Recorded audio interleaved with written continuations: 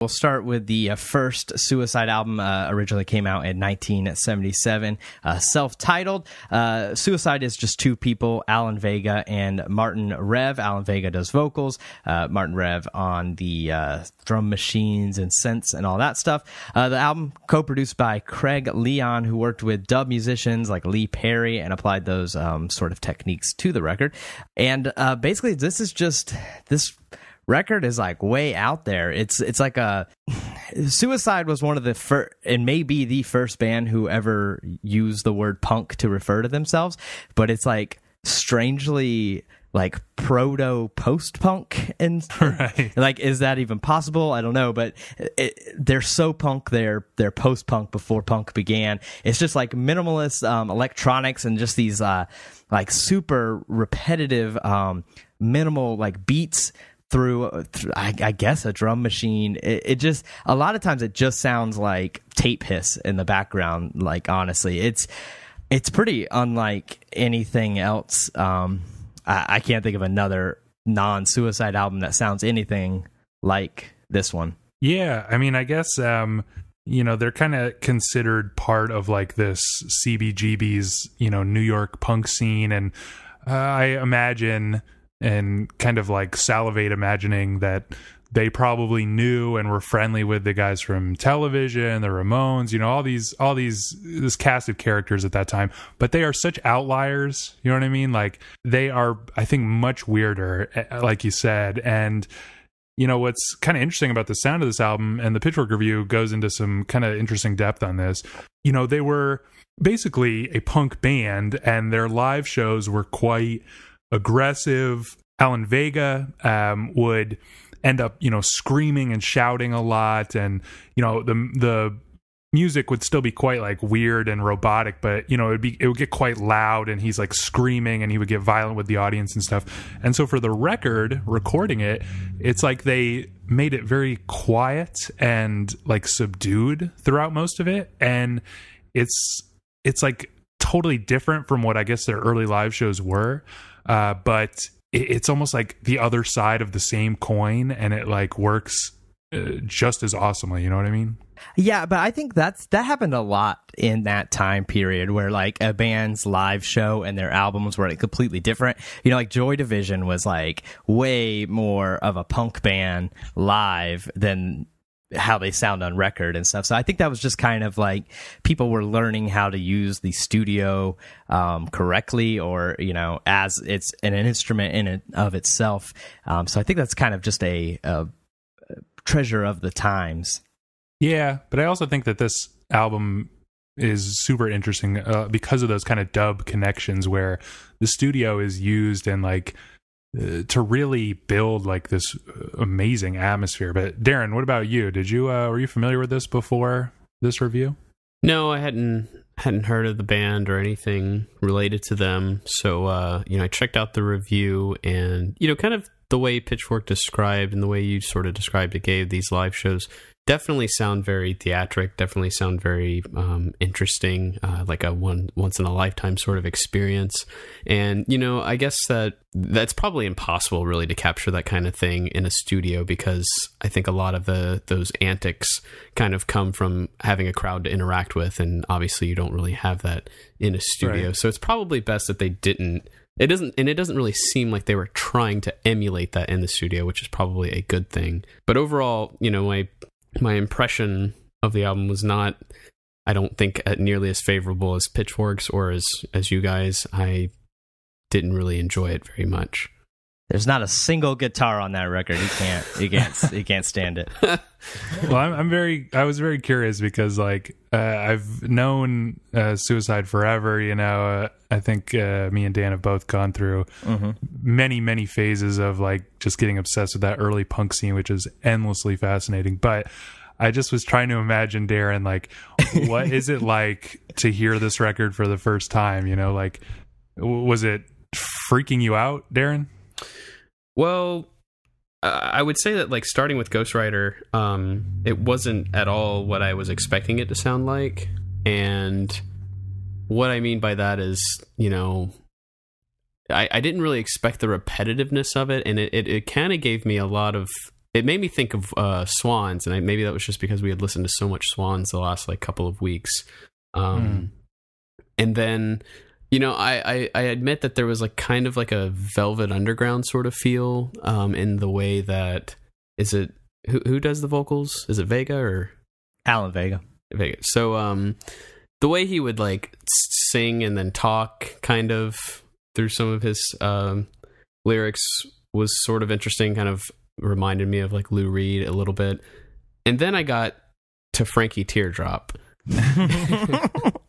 And Girl was already, that song was already sort of, I don't understand, maybe it just didn't hit. It just felt very flat and felt very awkward listening to a guy sort of like making these very awkward moaning sounds.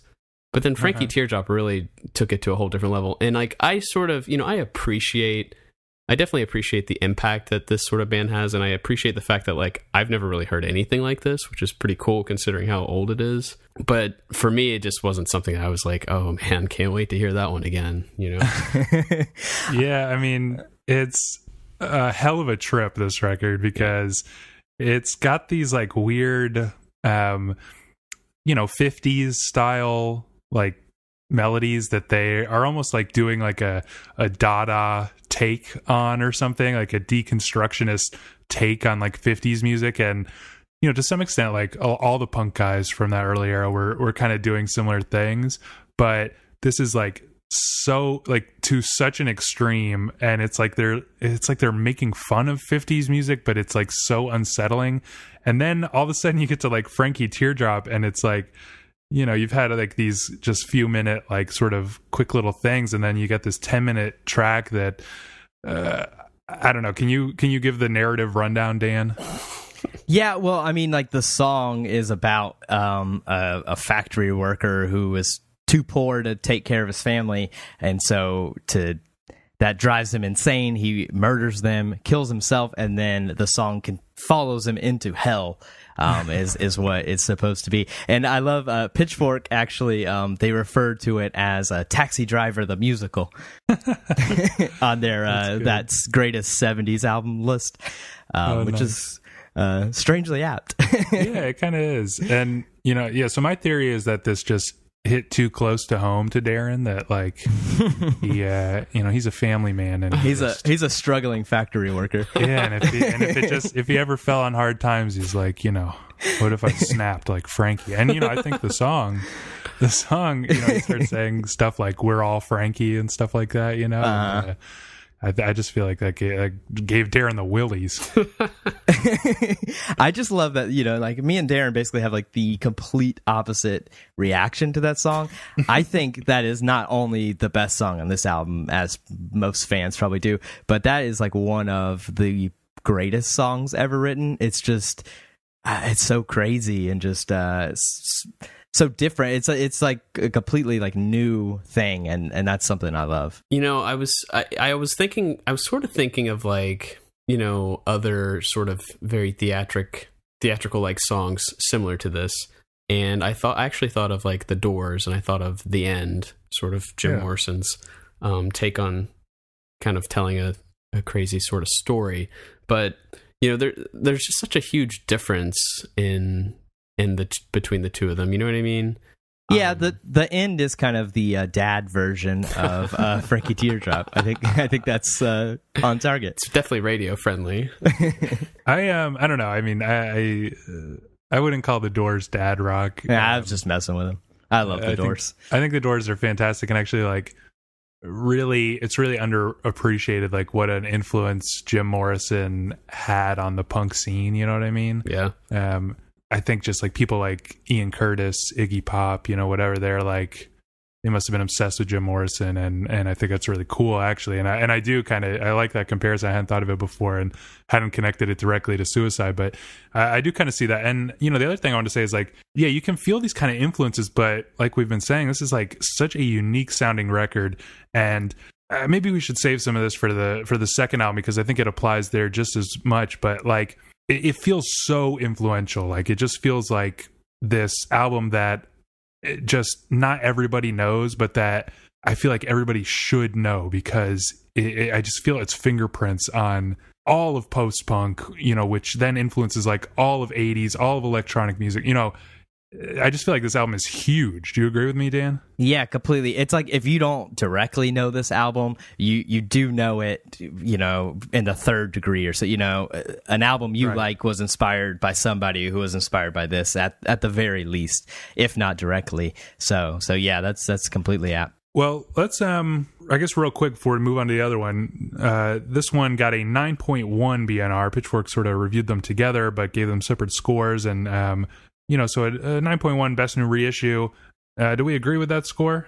I don't. I think it's a straight 10. I feel like Dan has like a lot of 10 albums in his in his library, because no, I don't. It's not my fault that we keep talking about Swans and Suicide and we're just like my favorite the things. Yeah, albums of all time for Dan. We're just always talking about my favorite stuff. So I don't really agree with the 9.1.